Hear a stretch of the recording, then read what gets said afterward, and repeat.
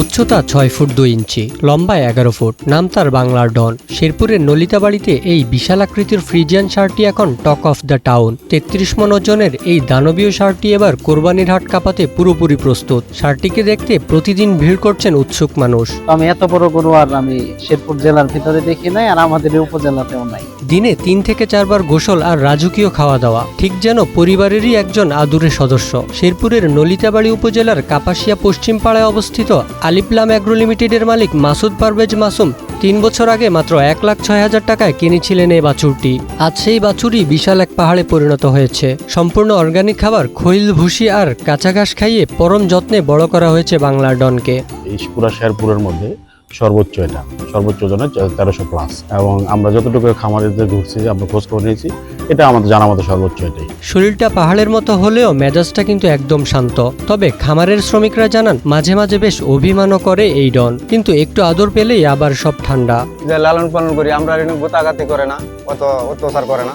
ধানের গুঁড়ো এই বিভিন্ন রকমের আইটেম দিয়ে আমরা মিক্সচার করে সকালে ৮ কেজি, বিকেলে ৮ কেজি খাওয়াই। প্রতিদিন প্রায় ৬০ কেজি ঘাস আর ১৬ কেজি দানাদার খাবার সাবার করা এই বাংলার ডনের দাম কত হতে পারে তা জানতে উৎসুক শেরপুরবাসী। তাছাড়া জেলায় এখন পর্যন্ত এর চেয়ে বড় গরু দেখেনি কেউ। এটা অনেক দূর দূরান্ত থেকে লোক দেখার জন্য ছুটে আসতেছে। আমরা এই যে এই গরুটা দেখতে আসছিলাম, আমি আর আমার এক ভাই।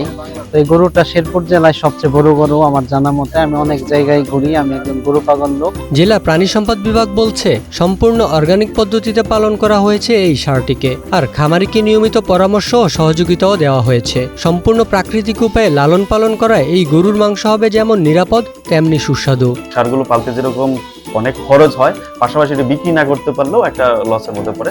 যারা ক্রেতা সাধারণ আছে তাদেরকেও আমরা চাবো যে যারা এরকম ধরনের লালন পালন করতেছে তাদেরকে উৎসাহ হিসেবেও ন্যায্য দামে তাদের কাছ থেকে যে তবে শুধু আকারেই নয়, আভিজাত্যেও যেন নামটার সার্থকতা খুঁজে পাওয়া যায়। সম্পূর্ণ দেশীয় খাবারে বড় হওয়া এই বাংলার ডন এবারের কোরবানির ঈদের সবচেয়ে দামি চমক হতে যাচ্ছে। একটা কথা নিশ্চিত, পশুর হাটে বাংলার ডনকে টেক্কা দেওয়া কিন্তু যে কারোর জন্যই হবে বড় এক চ্যালেঞ্জ।